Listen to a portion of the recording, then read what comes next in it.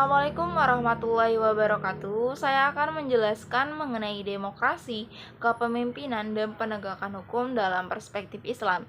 Demokrasi merupakan sistem yang memberikan kesempatan kepada masyarakat untuk ikut berpartisipasi dalam menentukan arah pemerintahan.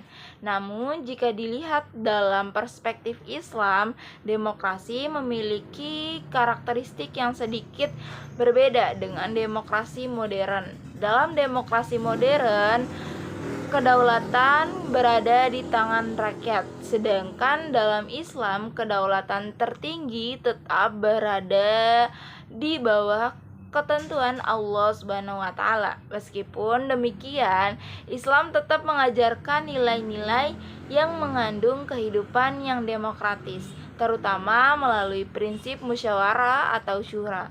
Musyawarah merupakan salah satu ajaran penting dalam Islam ketika menghadapi suatu persoalan yang berkaitan dengan kepentingan bersama. Setiap pihak diberi kesempatan untuk menyampaikan pendapatnya.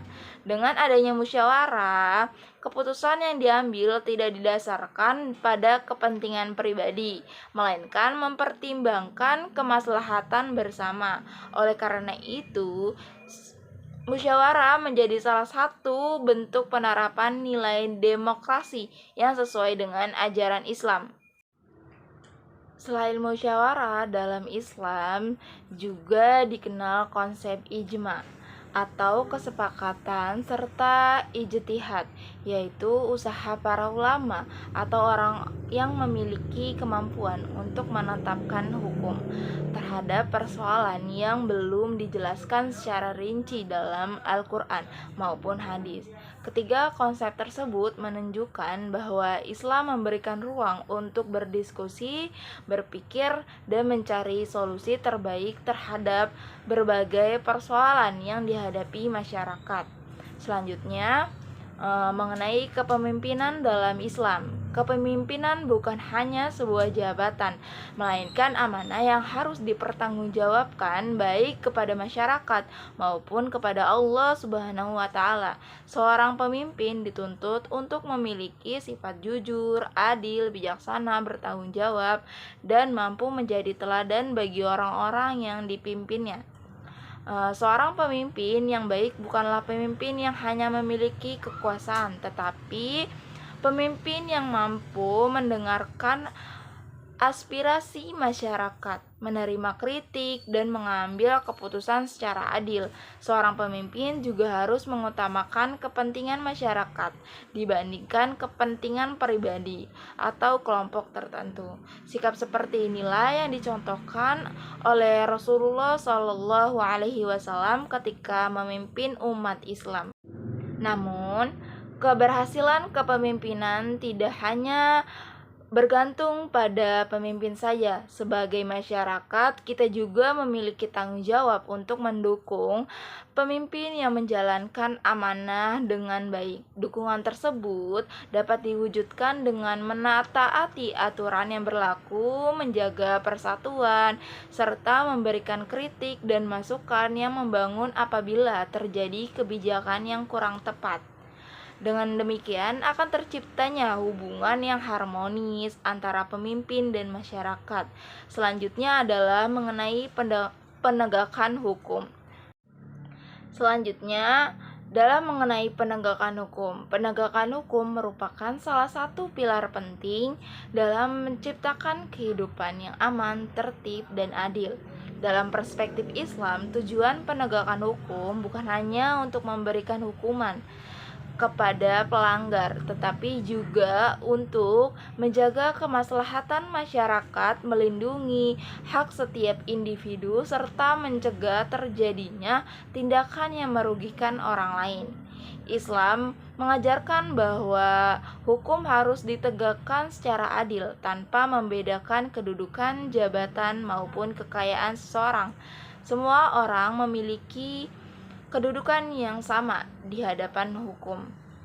Oleh karena itu, tidak boleh ada perlakuan istimewa hanya karena seseorang memiliki kekuasaan atau pengaruh.